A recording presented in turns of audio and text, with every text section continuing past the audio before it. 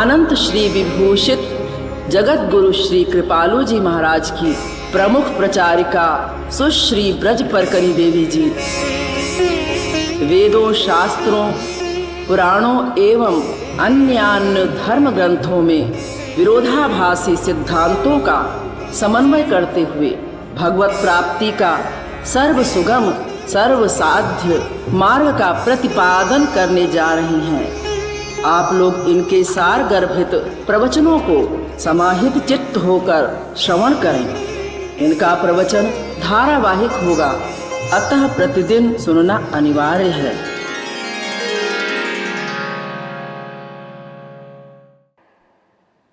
तो इस प्रकार जब आप कर्म संन्यास की साधना करेंगे तो उससे अंतःकरण की शुद्धि होगी। लेकिन ध्यान दीजिए, ये जो साधना मैंने आपको बताई, ये साधना कुछ लोग करते भी हैं, कुछ कम अंश में करते हैं, कुछ अधिक अंश में करते हैं, कुछ गलत करते हैं, कोई सही करते हैं बहुत से लोग। लेकिन 1-1.5 घंटा या जो भी साधना करते हैं थोड़ी देर, उसके बाद एकदम ईश्वर से पृथक हो जाते हैं, जैसे कोई मतलब ही नहीं है भगवान से, एकदम भूल जाते हैं। तो ये तो बड़ी गड़बड़ है। 1 रुपया आपने कमाया और 23 रुपया गंवाया तो 22 रुपए के कर्जदार हो गए आप। हाँ, तो इसीलिए वो जो हमने कमाई की है वो नष्ट न हो, प्लस बढ़ती जाए। अतएव बाकी समय भी जब हम कर्म करते हैं संसार में, उस समय भी हमको साधना करनी है। उसे कर्म योग की साधना कहते हैं। अब वो समझिए, देखिए, हम लोगों को हमेशा ये फीलिंग होती है, मैं हूं, मैं हूं, मैं हूं, मैं विद्वान हूं या मूर्ख हूं, मैं सुंदर हूं या कुरूप हूं, मैं बूढ़ा हूं, मैं जवान हूं, मैं स्त्री हूं, मैं पुरुष हूं। ये मैं की फीलिंग हमेशा होती है। जागृत में भी मैं, स्वप्न में भी मैं, सुषुप्ति में भी मैं, हर अवस्था में हमको हर जगह ये मैं की फीलिंग रहती है। तो ये जो फीलिंग है हमारी मैं की, इस फीलिंग के साथ एक फीलिंग और प्लस कर दीजिए। बस उस कर्मयोग की साधना में और लंबा चौड़ा कुछ नहीं करना है, बस एक फीलिंग प्लस करनी है इस फीलिंग के साथ। क्या फीलिंग? मैं अकेला नहीं हूं, मेरे साथ मेरे श्याम सुंदर सदा सर्वत्र हैं। ये फीलिंग, और ये वास्तविकता है। जबरदस्ती नहीं मानना है, कल्पना नहीं करना है, ये वास्तविकता है कि भगवान सब जगह हैं। वेद कहता है, समाने वृक्षे पुरुखो निमग्नो निशया शोचति मुह्यमानः जुष्टम यदा पश्यत्यन्नमीश मस्य महिमानमिति वीत शोकः। श्वेताश्वतरोपनिषद 4 अध्याय का 7वां मंत्र इस पोजीशन में है। देखो, ये जीवात्मा और इसके ठीक पीछे पीठ की तरफ परमात्मा निरंतर खड़ा हुआ इसके प्रत्येक क्षण के प्रत्येक कार्य को, संकल्प को देख रहा है, नोट कर रहा है। 1/100 सेकंड को भी पृथक नहीं होते हम भगवान से, सदा वो हमारे साथ रहता है। तो ये जो वास्तविकता है, इसको रियलाइज करने का प्रयत्न करो। एको देवः सर्वभूतेषु गूढ़ः, वो सदा है सब प्राणियों के अंदर, है एक ही, हाँ, और सबके अंदर रहता है, हाँ, सबके अंदर रहता है, अलग अलग रूप धारण करके। एको देवः सर्वभूतेषु गूढ़ः सर्वव्यापी सर्वभूतांतरात्मा कर्माध्यक्षः सर्वलोकाधिवासः साक्षी चेता केवलो निर्गुणश्च।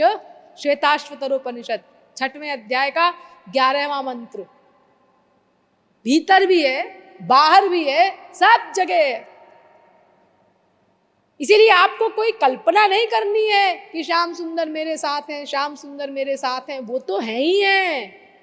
आप खाली इस बात को मान लीजिए, इस बात को बार बार मन में लाइए, प्रैक्टिस कीजिए। तो इससे क्या होगा, आपकी प्राइवेसी समाप्त हो जाएगी। ये जो आप अपने आप को अकेला मानते हैं, और अकेला मानने के कारण सब गड़बड़ होती है।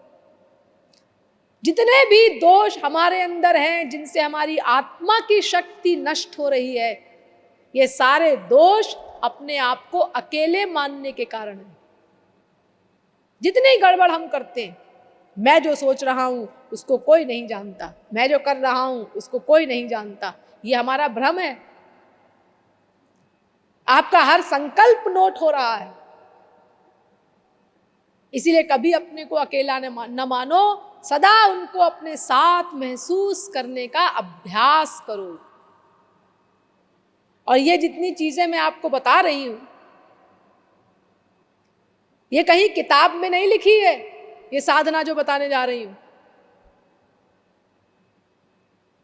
कि ये कहीं पुराणों में, कहीं किताब में इस प्रकार की साधना लिखी हो, ये श्री महाराज जी ने बताई है। बड़ी सरल तरकीब कि किस प्रकार सब कार्य करते हुए हम अपने मन को भगवान में रख सकते हैं, वो बता रही हूं मैं आपको। और इसको करिए और फिर आप स्वयं अनुभव करेंगे कि कितना बड़ा लाभ मिलता है हमको। क्योंकि ये एक मायातीत पर्सनैलिटी की बताई हुई बात है, जिसमें कोई गड़बड़ होने की, भ्रम होने की संभावना नहीं। आप खुद करिए प्रैक्टिस और उसके लाभ का अनुभव कीजिए। हमारे महाराज जी के नुस्खे ऐसे नहीं हैं कि हाँ करो करो, मरने के बाद लाभ मिलेगा। मरने के बाद कुछ नहीं मिला करता। जो मिलना है मरने के बाद, वो वही मिलना है जो मरने के पहले आप कमा चुके हैं। जितनी स्पिरिचुअल पावर आपने मरने के पहले इकट्ठी कर ली है, जितना संसार से वैराग्य हो गया है, जितना भगवान में अनुराग हो गया है, बस उतना ही आपको मरने के बाद मिलेगा। उससे अधिक 1% क्या, 0.1% भी नहीं मिलेगा। एक्स्ट्रा चीज नहीं मिला करती मरने के बाद। इसलिए वो जो भी नुस्खे बताते हैं वो आप करिए और आप खुद उसका अनुभव करेंगे कि हाँ कितना बड़ा हमको लाभ मिला। सदा उनको अपने साथ मानने का अभ्यास कीजिए, कितना आपको उसमें शांति मिलेगी, कितना आनंद मिलेगा।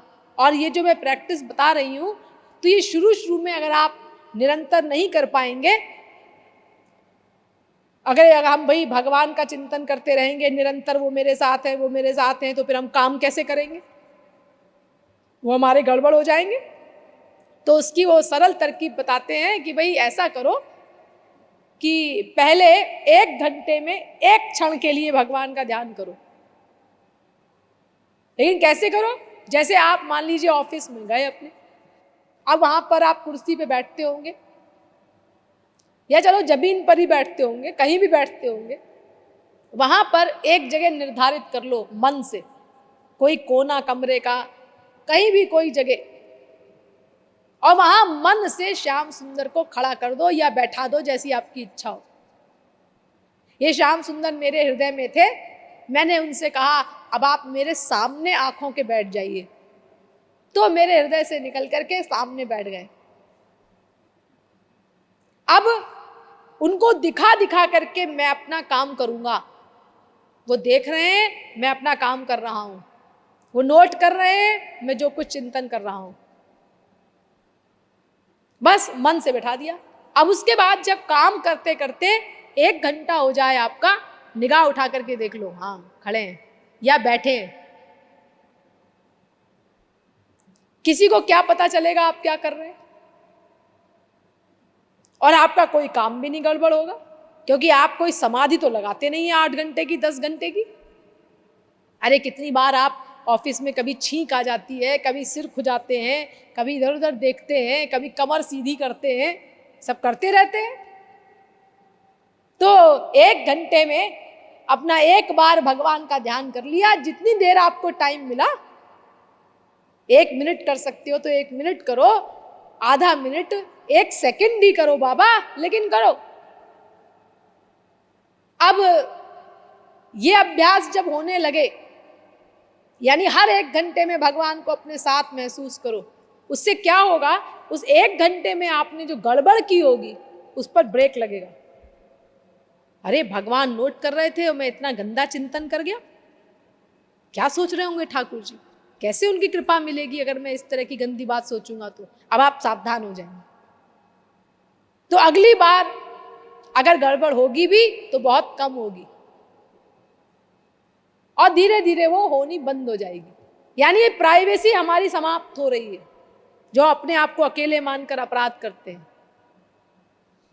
इस प्रकार जब आपका होने लग जाए तो आप आधा घंटे में एक बार कर दीजिए, फिर 15 मिनट में एक बार कर दीजिए, फिर 10 मिनट में एक बार कर दीजिए, फिर 5 मिनट में एक बार कर दीजिए। और देखिए ये सब होता जाएगा जो मैं बता रही हूं। जितनी मेहनत आपको 1 घंटे में एक बार करने पर हुई थी, वो मेहनत नहीं पड़ेगी, वो क्योंकि आपका वो अभ्यास में आता जा रहा है ना, नेचुरलिटी में आता जा रहा है वो। इसीलिए धीरे धीरे आप भी महसूस करेंगे इतनी प्रैक्टिस कर लेने के बाद कि हर समय आपको ये फीलिंग रहेगी कि भगवान मेरे साथ हैं और आप अपने सब काम भी कर रहे हैं बिना किसी प्रयत्न के। नेचुरल ये फीलिंग रहेगी कि ठाकुर जी मेरे साथ हैं और मेरे हर वर्क को देख रहे हैं, मेहनत भी नहीं करनी पड़ रही है। हाँ, जैसे देखो जब आप शुरू में साइकिल चलाना सीखते हैं तो पूरा ध्यान उसमें रखते हैं, हाँ हैंडल भी पकड़ो, पैर भी चलाओ ठीक ठीक। लेकिन जब आपको प्रैक्टिस हो गई, जो जो आप चलाते जा रहे हैं त्यों त्यों आपको कम ध्यान लगाना पड़ रहा है और धीरे धीरे इतना आपको अभ्यास हो गया कि आप साइकिल जब चलाते हैं तो क्यों जी आप क्या ध्यान देते हैं कि पैर कैसे चल रहा है? अजी नहीं, पैर वैर पे कहाँ ध्यान जाता है, वो तो अपने आप चलता रहता है बस। क्यों जी, ये पैर ये पृथक अंग है क्या कि अपने आप चलता रहता है? अरे इसका भी तो कनेक्शन मन से है, बिना मन के तो कोई ज्ञानेंद्री भी वर्क नहीं कर सकती, कर्मेंद्री क्या करेगी? लेकिन वो आपको इतनी प्रैक्टिस हो गई है वो करते रहने की, साइकिल चलाने की, कि आपका मन बुद्धि उसमें है तो पैर में, पैर चलाने में, लेकिन वो इतना कम % है कि आपको ऐसा लगता है कि मन बुद्धि उसमें है ही नहीं, वो अपने आप चल रहा है। इतनी प्रैक्टिस हो गई आपको। और आप कोई मिल गया उससे बात भी करते जा रहे हैं, पीछे से बस वाला हॉर्न दे रहा है उसको भी बचाना है, वो सामने एक सेठ जी आ रहे हैं सड़क के बीचों बीच, इनको पता ही नहीं कि यहाँ साइड में हो जाना चाहिए हमको, अब इन सेठ जी को भी बचाना है हमको। लेकिन देखो फिर भी अपना पैर चलते जा रहे हैं, उसका होता जा रहा है सब काम, उसमें उसको कोई मेहनत नहीं पड़ रही है। तो ऐसे ही जब आप थोड़े दिन प्रैक्टिस कर लेंगे तो सदा सर्वत्र आपको श्याम सुंदर मेरे साथ हैं ये फीलिंग ऑटोमेटिकली होती रहेगी, बिना किसी प्रैक्टिस के होती रहेगी, बिना किसी अब मेहनत के होती रहेगी, नेचुरल हो जाएगी। शुरू में थोड़ा सा अभ्यास करना पड़ेगा। और ये जो कर्मयोग की साधना है, इसमें एक बात का आपको और ध्यान रखना है। वो क्या? ये सब चोरी चोरी करना है आपको। श्याम सुंदर को साथ में मानने का अभ्यास चोरी चोरी, कोई जाने ना, मुंह से एक शब्द मत बोलो, राम भी ना बोलो, श्याम भी ना बोलो, हाथ भी ना जोड़ो, कोई इशारा मत करो, कुछ मत करो, प्राइवेट चुपचाप।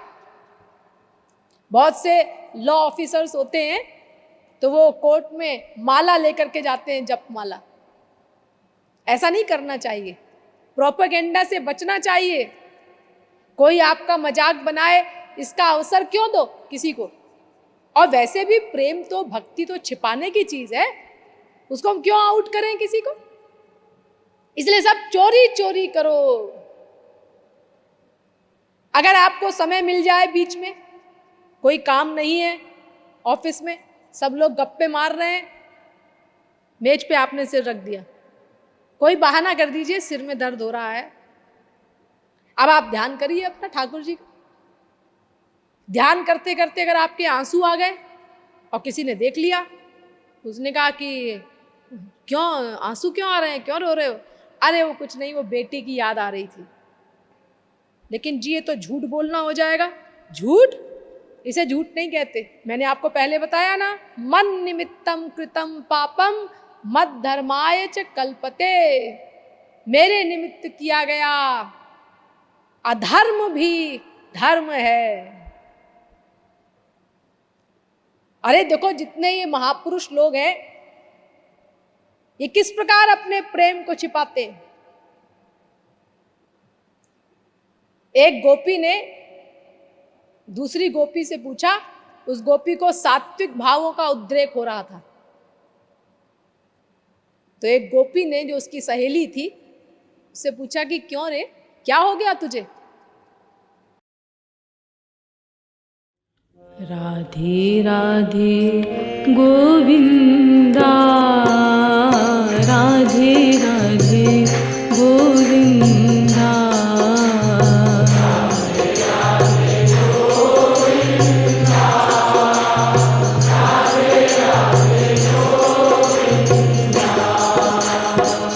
राधे राधे गोविंदा, राधे राधे गोविंदा, राधे राधे गोविंदा, राधे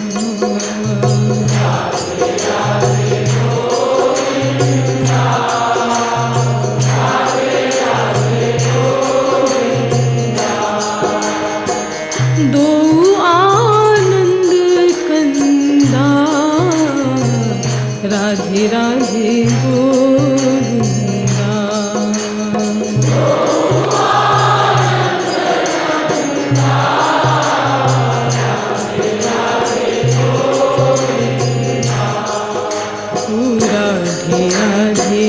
गोविंदा, राधे राधे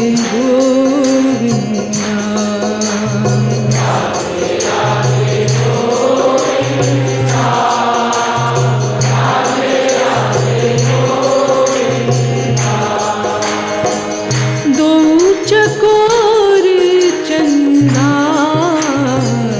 राधे राधे गोविंदा,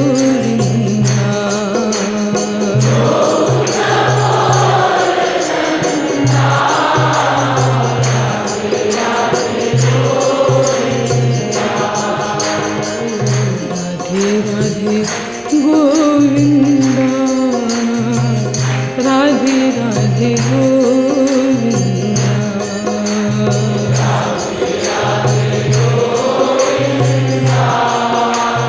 राधे राधे गोविंदा, तजु मन छल छंदा, राधे राधे गोविंदा,